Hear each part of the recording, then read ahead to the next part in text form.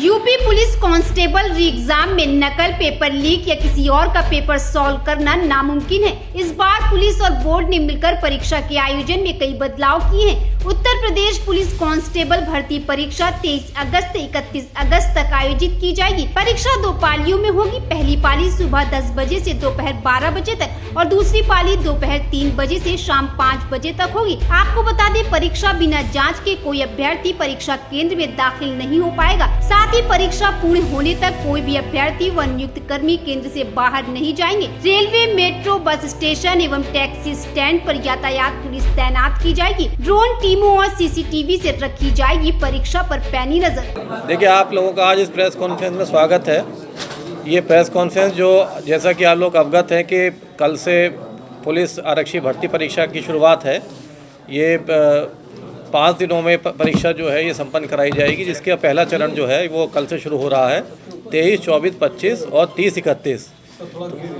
तो आज इसी के अनुक्रम में आप लोगों को हम लोग ये ब्रीफिंग के लिए यहाँ इकट्ठा हुए हैं। मेरे साथ जो भर्ती परीक्षा के नोडल अधिकारी हैं श्री RN सिंह जी DCP साहब हैं, वो पहले आपको भर्ती के बारे में थोड़ा सा एक ब्रीफ बता देंगे। उसके बाद यातायात तथा अन्य जो व्यवस्था हैं उसके बाद मैं उस चीज़ को समायोजित कर दूंगा। तो मैं अभी RN सिंह जी को आमंत्रित करता हूं कि आप लोगों को वो थोड़ा इसके बारे में बताएं।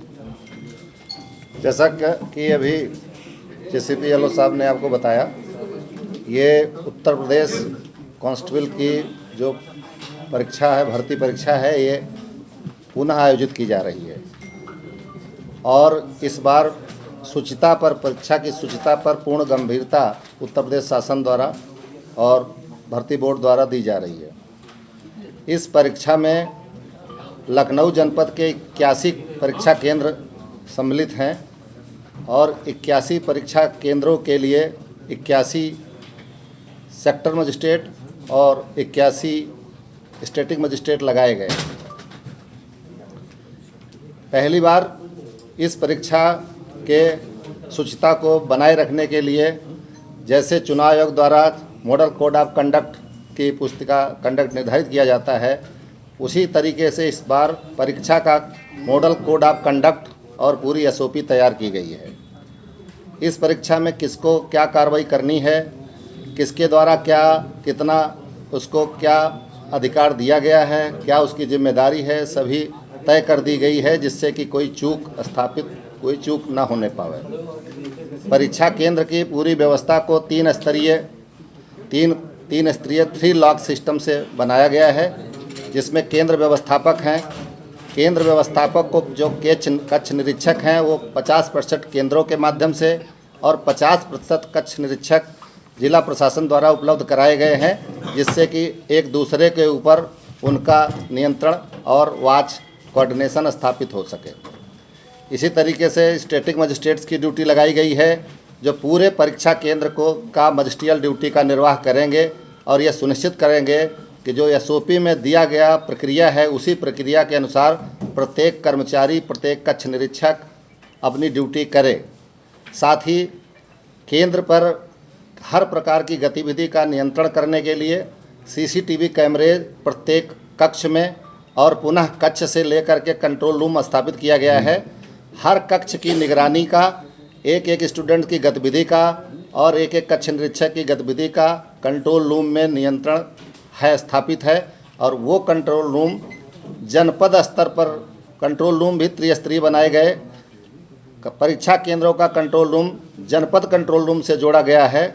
जनपद कंट्रोल रूम एक पुलिस ACP के अधीन काम कर रहा है, जो कि हमारे डालीबाग वाले पुलिस ऑफिस में स्थापित है और श्रीमती अंशु जैन उसकी प्रभारी हैं। वो कंट्रोल रूम का तीसरा चरण भर्ती बोर्ड में स्थापित है। जो गतिविधि कंट्रोल रूम में कक्ष केंद्रों पर हो रही, वो सीधे भर्ती बोर्ड के कंट्रोल रूम में जा रही है और वहाँ योग्य अधिकारियों के माध्यम से और टेक्निकल टीम द्वारा उसका अनवरत निरीक्षण किया जा रहा है और उस तारीख को लगातार किया जाएगा। केंद्र की व्यवस्था में पर्याप्त संख्या में पुलिस बल लगाया गया है, जिसकी वजह से जो विद्यार्थी वहाँ परीक्षा के लिए आ रहे हैं उनका आइडेंटिफिकेशन हो सके और शुचिता के साथ जो परीक्षार्थी जिस केंद्र पर परीक्षा के लिए आधार प्रवेश पत्र निर्गत किया गया वही प्रवेश करे यदि कोई फोर्जिफिकेशन करने का कोशिश करता है, यदि कोई गलत परीक्षार्थी परीक्षा देने की कोशिश करता है, जैसा कि पीछे आप लोग सुने होंगे तमाम प्रकार के सालवर्ष भी दूसरे के नाम पे परीक्षा देने की कोशिश करते हैं, उनके लिए थानाध्यक्ष पर टीम गठित करके पर्याप्त व्यवस्था की गई है। जो गलत लोग हों और इस जांच में आए, सुनिश्चित हो जाए कि ये गलत परीक्षार्थी आया है, डुप्लीकेट परीक्षार्थी बन के आया, उसको पुलिस मुकदमा लिख करके और जो अग्रिम पुलिस कार्रवाई है वो की जाएगी। महत्वपूर्ण बात यह है कि जिनको परीक्षा का प्रवेश पत्र दिया गया है उनको परीक्षा से वंचित न हो सकें, इसलिए 3 स्तरीय उसमें भी व्यवस्था की गई है। पहले स्तर की व्यवस्था जो हमारी सिविल पुलिस है वो चेक करके देख लेगी कि जो व्यक्ति आ रहा उसका प्रवेश पत्र यहीं का है, इसी केंद्र का है और यही व्यक्ति है, लेकिन इतने स्तर से कार्य नहीं हो रहा है। उसका फ्रिस्किंग चेकिंग करके ये सुनिश्चित किया जा रहा है कि उसके पास कोई अनुचित साधन या किसी प्रकार का डिवाइस या इलेक्ट्रॉनिक ऐसा कोई उपकरण उसके पास स्थापित न रह सके। उसके लिए अभिसूचना इकाई की टीम पुलिस के टीम के साथ लगाई गई है। अब आता है परीक्षार्थियों के वेरिफिकेशन आइडेंटिफिकेशन का काम। ये खाली मौखिक आइडेंटिफिकेशन न करके उसका इलेक्ट्रॉनिक आइडेंटिफिकेशन स्थापित किया जा रहा है, जिसमें कि 2 स्तरीय जांच प्रक्रिया की जा रही है। एक, जो विद्यार्थी आधार कार्ड ऑथेंटिकेटेड हैं, जिनका आधार कार्ड पहले से हो चुका है, जुड़ चुका है, उनको बायोमेट्रिक से जैसे अंगूठा लगाएंगे उनका सीधे चेहरा और डिटेल आ जाएगा, 1 सेकंड में वेरीफाई हो जाए, उनको तत्काल परीक्षा केंद्रों में कक्षों में ले जाया जाएगा। जिनका आधार कार्ड ऑथेंटिकेटेड नहीं है, ऐसे लोगों के लिए दूसरी लाइन लगाई जा रही है, जिसमें कि उनको बायोमेट्रिक पर अंगूठा लगाते उनका KYC स्थापित हो रहा है अथवा नहीं, इसकी तत्काल जांच हो जाएगी। यदि KYC ओके है तो आधार कार्ड वाले की तरह वो सीधे कक्ष में जा सकते हैं। दे आर बोनाफाइड कैंडिडेट्स, उनको बोनाफाइड मांग लिया जाएगा। दूसरा, बोनाफाइड में अगर किसी टेक्निकल रीजन से बायोमेट्रिक बंद हुआ अथवा कोई और बात आई या कुछ भी दिक्कत आती है तो उसकी भी व्यवस्था की गई है। उनके पास दूसरा ID कार्ड, जैसे आप चुनाव में जाते हैं तो आपके पास पासपोर्ट होना चाहिए, ड्राइविंग लाइसेंस और भी जो आपकी व्यक्तिगत आपकी आइडेंटिटी को स्थापित करे कि आप ही परीक्षार्थी हैं, उनको सुनिश्चित करने की व्यवस्था की गई है। और इसके बाद अगर लगता है कि हमारे बायोमेट्रिक में भ्रम हो रहा है तो उस आधार पर ये मानते हुए कि पासपोर्ट का धारक है, ये अमुक व्यक्ति है, उसका सेक्टर मजिस्ट्रेट और केंद्र व्यवस्थापक दोनों लोग प्रोविजनल सर्टिफिकेट तत्काल जारी कर देंगे, जिससे किसी हालत में सही परीक्षार्थी को वंचित ना होना पड़े। ये केंद्र की त्रिस्तरीय व्यवस्था है और हम केंद्र पर जो प्रश्न पत्र है वो सेक्टर मजिस्ट्रेट्स के माध्यम से कोषागार से केंद्र पहुंचा रहे हैं यथा समय। इसका आशय है कि प्रश्न पत्र सेक्टर मजिस्ट्रेट ले जाएगा, स्टेटिंग मजिस्ट्रेट को देगा, यानी मजिस्ट्रेट ही प्रश्न पत्र ले जा रहा है और मजिस्ट्रेट ही दे रहा है, जिससे कि अभिरक्षा की शुचिता बनी रहे। वो जानबूझ के ऐसा किया गया भर्ती बोर्ड द्वारा, जिससे कि मजिस्ट्रेट जिम्मेदार नियुक्त हो, वो मजिस्ट्रेट अपनी कस्टडी में रखे, सही समय से मजिस्ट्रेट को दे, फिर मजिस्ट्रेट केंद्र व्यवस्थापक को देगा, जिससे बीच की जो श्रृंखला है उसकी शुचिता लगातार बनी रहे। इसी तरीके से कोषागार पे गोपनीय सामग्री जो आदि है उसको रखरखाव के लिए 3 स्तरीय व्यवस्था की गई है। एक जिसमें की है कि कोषागार जो है उसको डबल लॉक सुरक्षा गार्ड से संरक्षित किया गया, स्ट्रेंथन किया गया, जिससे कोषागार में बिना किसी अनुमति के कोई प्रवेश न करे। बाकायदे लॉक बुक रखी गई है, जैसे आप लोग परिचित होंगे चुनाव की प्रक्रिया में बैलेट बॉक्स सुरक्षा के लिए लगती है। उसके अलावा उसकी फायर सेफ्टी का इंतजाम किया गया है और 24 घंटा फायर सेफ्टी का स्टैटिक ड्यूटियां लगाई गई हैं कि क्योंकि कागज़ है तो कागज़ की सुरक्षा के लिए फायर सुरक्षा की व्यवस्था पूर्ण रूप से की गई, उसका सर्टिफिकेशन किया जा रहा है। इसके अलावा इसी स्तर पर इलेक्ट्रॉनिक सेफ्टी का इंतजाम किया गया है कि उसकी इलेक्ट्रॉनिक सुरक्षा बनी रहे, उसके इलेक्ट्रॉनिक कम्युनिकेशन से बिजली के तारों आदि के कोई किसी कारण से उसमें कोई प्रकार का नुकसान न हो, उसके लिए भी ड्यूटियां लगाई गई हैं, 24 घंटा वॉच किया जा रहा है। तीसरे स्तर की व्यवस्था है जिसमें इस पूरी संपूर्ण अवस्था के बाहरी व्यवस्था के रूप में स्थानीय पुलिस फोर्स और PSC इत्यादि की व्यवस्था की गई है, जिस 24 घंटा उस पर निगरानी रख रहा है। संपूर्ण व्यवस्था के प्रभारी के रूप में श्री अशोक कुमार सिंह एडिशनल डीसीपी को कोषागार की सुरक्षा व्यवस्था में लगाया जा गया है। संपूर्ण व्यवस्था को माननीय जेसीपी महोदय द्वारा स्वयं पर्यवेक्षण किया जा रहा है, चाहे वो परीक्षा केंद्र की व्यवस्था हो अथवा कोषागार की व्यवस्था हो अथवा विभिन्न स्तरों से जो पुलिस बल प्राप्त हो रहा है उसका समन्वय स्थापित करने की। इस पूरी प्रक्रिया में 81 केंद्रों पर 81 केंद्राध्यक्ष और लगभग कम से कम 25 की संख्या में वहाँ विभिन्न कर्मचारी जो केंद्र की व्यवस्था में लगे हुए हैं, परीक्षा संपन्न कराने के कक्ष निरीक्षक से लेकर के इसी तरह से बायोमेट्रिक सुरक्षा के संदर्भ में प्रत्येक केंद्र के लगभग 810 बायोमेट्रिक सुरक्षा कर्मी लगाए गए हैं जो बायोमेट्रिक से जांच करके उसकी सुरक्षा करेंगे। बाहरी पुलिस के इंतजाम में जो महत्वपूर्ण केंद्र हैं, जो बड़े केंद्र हैं जहां ज़्यादा विद्यार्थी हैं 960 के करीब, उन सेंटरों पर एक एसीपी रैंक का अधिकारी लगाया गया है जो 24 घंटा परीक्षा को अपने नियंत्रण में संपन्न कराएगा। साथ ही जो छोटे भी कम संख्या के केंद्र में हैं वहाँ इंस्पेक्टर रैंक का अधिकारी उसका स्टैटिक प्रभारी है, समझो उस केंद्र के थाने का थानाध्यक्ष है, उसको पूरी जिम्मेदारी दी गई है। लगभग 1000 से ज़्यादा कांस्टेबल, हेड कांस्टेबल और पर्याप्त संख्या में पुलिस उप निरीक्षक, निरीक्षक और एसीपी महोदयान की केंद्र पर ड्यूटी है। इसके अलावा केंद्र के से संबंधित आसपास के क्षेत्रों के शांति व्यवस्था के लिए संबंधित एसीपी को जोनल पुलिस अधिकारी बनाया गया है और उनके ऊपर सुपर जोनल के रूप में उन्हीं अपने क्षेत्र के डीसी जोन की देखभाल के लिए एडिशनल डीसीपी सुपर जोनल अधिकारी हैं। डीसीपी अपने जोन के संपूर्ण व्यवस्था के लिए 24 घंटे का वॉच है दिया गया है कि कोई भी समस्या आती है तो उसका द्रुत गति से निस्तारण हो सके। केंद्र के आसपास किसी परीक्षार्थी को पहुंचने में कोई ट्रैफिक कंजेशन की समस्या न हो, जिससे वो समय से पहुंच सके, इसलिए यातायात के पुलिसकर्मी हर केंद्र पर और हर परीक्षा रूट पर, कोषागार से जाने वाले प्रत्येक रूट पर पर्याप्त ट्रैफिक पुलिस का भी डिप्लॉयमेंट हम लोगों ने कर रखा है। संपूर्ण रूप से पूरी व्यवस्था की देखभाल करने के लिए केंद्र पर अभिसूचना इकाई के प्रिस्किंग चेकिंग के लगभग 800 कर्मचारी नियुक्त किए गए हैं। उसी तरीके से अभिसूचना टीमों को प्रत्येक क्षेत्र में घूम करके अभिसूचना इकट्ठा करने के लिए लगाया गया है कि परीक्षा के शुचिता को प्रभावित करने वाली कोई गतिविधि घटित न हो पावे। अगर आए तो संबंधित अधिकारियों को तत्काल सूचना दी जाए। पूरा जो रूट है कोषागार से लेकर विभिन्न परीक्षा केंद्रों तक, उस रूट पर पर्याप्त पुलिस बल लगाए गए हैं, यातायात का पुलिस प्रबंध किया गया है। गोपनीय रूप से प्रत्येक जो पेपर जाने वाली गाड़ियां होंगी उसके पीछे गोपनीय टेक्निकल वॉच रखा जा रहा है, जिससे उन गाड़ियों में भी कोई डिस्टर्बेंस क्रिएट करने की संभावना न रहे, तो किसी प्रकार से संपूर्ण कोई शुचिता प्रभावित न हो।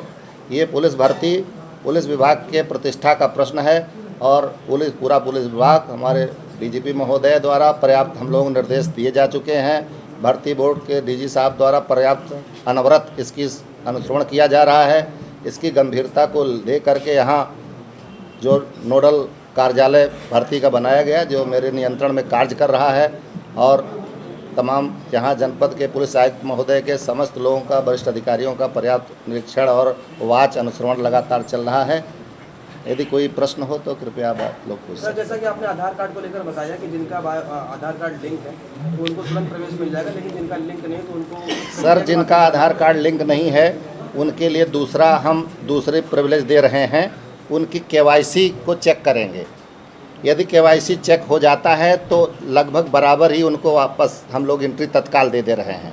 यदि केवाईसी में भी डिफरेंस आता है तो भी ये सुनिश्चित करना है हम लोगों को कि ये क्या यह वही परीक्षार्थी है जिसको भर्ती बोर्ड ने परीक्षा प्रश्न पत्र जारी किया है, क्या वही प्रवेश पत्र है जिसका केंद्र वास्तव में यही है, क्या यह वही व्यक्ति है। इसको स्थापित करने के लिए हम लोग पासपोर्ट की आइडेंटिटी देख रहे हैं, आधार और डीएल की आइडेंटिटी देख रहे हैं, जो भी सरकारी दस्तावेज हैं उनके आधार पे भी उसको देख रहे हैं। जैसे चुनाव में आप जाते हैं तो आपको कुछ नहीं मिलता है तो कोई न कोई आपको आइडेंटिटी कार्ड होना चाहिए। यदि स्थापित हो गया कि नहीं, एकदम डिफरेंस हो गया कि राम मोहन है ये और परीक्षा देने आए हैं श्याम मोहन, तो साहब राम मोहन और श्याम मोहन की स्थिति में अगर राम मोहन का प्रवेश पत्र है तो श्याम मोहन को फिर पुलिस कार्रवाई से गुजारा जाएगा। मोबाइल के अंदर आईडी रखते हैं क्या, वो भी मान्य होगी? कौन सा आईडी? मोबाइल में ज़्यादातर लोग नहीं सर किसी भी प्रकार के डिजिटल में अब डिजी लॉकर की मोबाइल है, हम मोबाइल अलाउ ही नहीं कर रहे हैं सर, तो अंदर आप मोबाइल तो ले ही नहीं जा पा रहे हैं, तो मोबाइल पे नहीं सर ओरिजिनल प्रपत्र रखना पड़ेगा। सर मैं उसके लिए अच्छा रहने की व्यवस्था के बारे में लगभग इस जनपद के 24 स्थानों पर अब एक यहाँ पर टोटल 39,120 विद्यार्थियों का परीक्षा केंद्र है, जो दोनों पालियों में अगर मिलाया जाए तो 78,000 से ज़्यादा संख्या पड़ती है। हम ये मान रहे हैं कि प्रत्येक एक विद्यार्थी के साथ उसका एक गार्जियन भी हो सकता आए, तो इस तरह लखनऊ आगमन करने वाले लगभग 70-80 हज़ार लोगों की हम व्यवस्था के बारे में हमने एक्सरसाइज किया है, जिसके लिए 24 स्थानों पर आवासीय व्यवस्थाएं की जा रही हैं। जो लोग अपने घरों पर अपनी व्यवस्था में जाना चाहते हैं रेलवे स्टेशन पे से बस अड्डे से, उनके जाने रोक टोक के लिए कोई व्यवस्था नहीं है, वो चले जाएं। लेकिन जो लोग रेलवे स्टेशन पर रात गुजारने की स्थिति में आएंगे, बस अड्डे पे गुजारने की स्थिति आएंगे, उनके लिए स्थानीय व्यवस्था हम लोगों ने आवास की कर रखी है। सर बड़ी परीक्षा है, सालभरों को किस तरीके से चिन्हित करेंगे और सालभर जिस तरीके से परीक्षाओं में घुसते हैं तो उनको कैसे चिन्हित करेंगे? देखिए सालभरों को हम लोग पूरी बस व्यवस्था में ऐसा चाकूबंद है कि हम उनको यहाँ से चैलेंज करते हैं, अगर परीक्षा केंद्र में वो घुसेंगे तो परीक्षा केंद्र में हम उनको जहाँ पहुँचना है वहीं पहुँचाएँगे।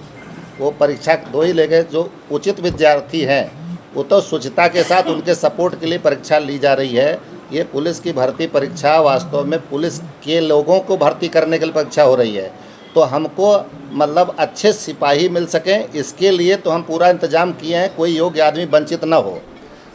लेकिन अगर कोई इस तरह का संदिग्ध व्यक्ति प्राप्त होता है तो हम उसको गेट के चेकिंग के माध्यम से ही रेक्टिफाई करके उसके ऊपर नियंत्रण रख रहे हैं। जो एग्जाम देने आएंगे सर, उनको कितने घंटे, क्योंकि तमाम मालिकों से उनको गुजरना पड़ेगा, कितने घंटे पहले पहुंचना होगा? सर जो विद्यार्थी परीक्षा करने के लिए आए हैं उनको हम लगभग 8 बजे से 9 बजे से 8 बजे से प्रवेश देने का प्रक्रिया प्रारंभ कर रहे हैं। बायोमेट्रिक के जरिए जो चिन्हित किए जा रहे हैं, क्योंकि साइबर क्राइम की टाइम ज़्यादा बढ़ा हुआ है जी, साइबर से बचने के लिए भी क्या कुछ इंतजाम रहेंगे इस दौरान बायोमेट्रिक से? सर आप ऐसे महसूस करिए कि लखनऊ पुलिस में जितने भी प्रकार के विभाग हैं, साइबर क्राइम सेल, क्राइम विभाग, DCRB, NCRB, सबको एक साथ स्टैंड बाई हम लोग करके रखे हैं।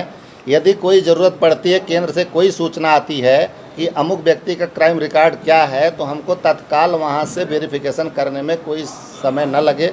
साइबर की टीमें एक्टिव कर दी गई हैं, तो कोई दिक्कत असुविधा होगी नहीं। सर 8 बजे से लेकर कितने बजे तक एंट्री? कितने घंटे मतलब? सर परीक्षा 10 बजे से शुरू है, तो जो पौने 10 बजे तक भी विद्यार्थी आ जाएगा। यदि मान लीजिए 10 बजे से हम परीक्षा शुरू कर रहे हैं और एक ऐसे कल्पना करिए कि विद्यार्थी भागता हुआ आए और वो 10 बजे से परीक्षा शुरू करने के पहले कक्ष में पहुंच सकता हो, क्योंकि कक्ष में प्रश्न पत्र पहुंचने से परीक्षा का प्रारंभ माना जाएगा। प्रश्न पत्र पहुंचने के पहले यदि परीक्षा आप प्रवेश कर सकते हो, इतना समय यदि आप पास लेकर के आ रहे हैं तो हम सुनिश्चित करेंगे कि आपको वंचित न किया जाए। 10 बजे के बाद एंट्री नहीं होगी। और परीक्षा केंद्रों के आसपास जो रास्तों में DGP से आदेश आया था कि CCTV कैमरे लगाए जाएंगे, कितने पूरे शहर में CCTV कैमरे लगाए गए और कितने ड्रोन से नजर रखी जाएगी? 4 ड्रोन हम लोगों ने नज़र रखने के लिए रखा है। CCTV की जो वर्तमान व्यवस्था है, विभिन्न कंजस्टेड जगहों पर जो अभी लखनऊ पुलिस की व्यवस्था है उतनी व्यवस्था है। CCTV का सेंट्रलाइजेशन हमने खाली जो है केंद्रों पर रखा है। रास्ते में रखने की व्यवस्था के लिए कोई अतिरिक्त क्योंकि सामान्य जनता रोज़ चलती 40,000 विद्यार्थी है, लखनऊ में आके कहाँ घुस जाएंगे पता नहीं चलेगा, ऐसा नहीं है। इसलिए बहुत ज़्यादा इस पर हम लोग जब लखनऊ पुलिस पूरी तरीके से एक्टिव है, लेकिन अगर इसमें STF की बात की जाए तो STF को भी एक जिम्मेदारी है, उनका इसमें क्या कुछ रोल रहेगा? सर ये पूरे प्रदेश की STF का स्तर प्रदेश स्तरीय बोर्ड द्वारा वहाँ से समुचित सबको सभी विभागों को निर्देश जारी किए जा रहे हैं। लोग अपना अपना काम कर रहे हैं, हमको उनके काम के बारे में ब्रीफ नहीं करना है। ना हमारा काम मजिस्ट्रेट को पता है, ना मजिस्ट्रेट का काम हमको पता है। इस पूरी स्वच्छता का ये है आलम कि जिसका जो काम है उसी को उसका काम आता है। तो इसलिए लगभग पुलिस के काम के बारे में पूरी सावधानी है। बाकी एसटीएफ वगैरह भी अपना काम कर रही है। इसमें एआई की भी मदद ली जा रही है। एआई अरेंजमेंट को नहीं शामिल किया है। बाकी प्रदेश स्तर पर जो व्यवस्था होगी उसके बारे में चलिए ठीक है। देखिए इसके अलावा मुझे 2-3 चीज़ें बतानी है आपको।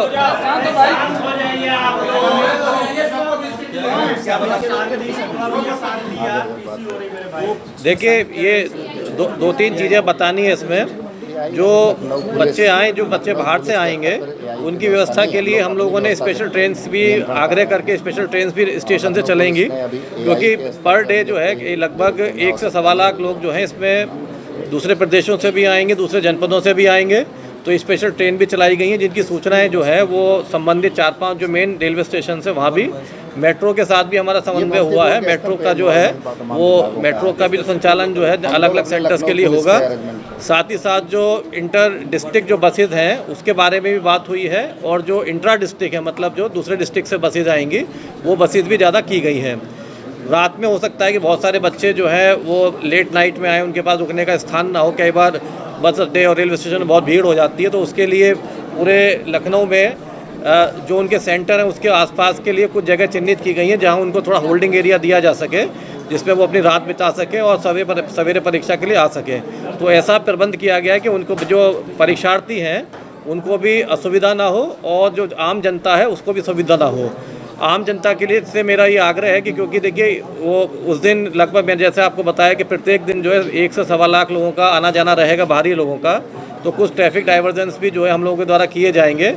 बस अड्डे रेलवे स्टेशन पे भी थोड़ा सा हो सकता है लोगों को असुविधा हो, लेकिन पूरा ध्यान रखा गया है, जिसको हम आपको प्रेस नोट दे देंगे। उसके माध्यम से आपको क्या क्या सारी चीज़ें कहाँ डाइवर्जन है सारी चीज़ें उसके बारे में हमने आपको उससे अवगत करा देंगे। सर 81 सेंटरों में लगभग कितने अभ्यर्थी आएंगे? 81 सेंटर में लगभग कितने अभ्यर्थी आएंगे? ये देखिए आपको पहले ही बता दिया ना कि पर डे जो है 2 पालियों में है। पहली पाली 10 से 12 और दूसरी पाली जो है 3 से 5। तो पहली पाली में भी लगभग 40,000 के करीब बच्चे हैं और दूसरी पाली में भी लगभग 40,000 के बच्चे हैं। तो लगभग 80,000 एस्पिरेंट्स जो हैं, केवल एस्पिरेंट जो हैं वो एक पर डे आएंगे।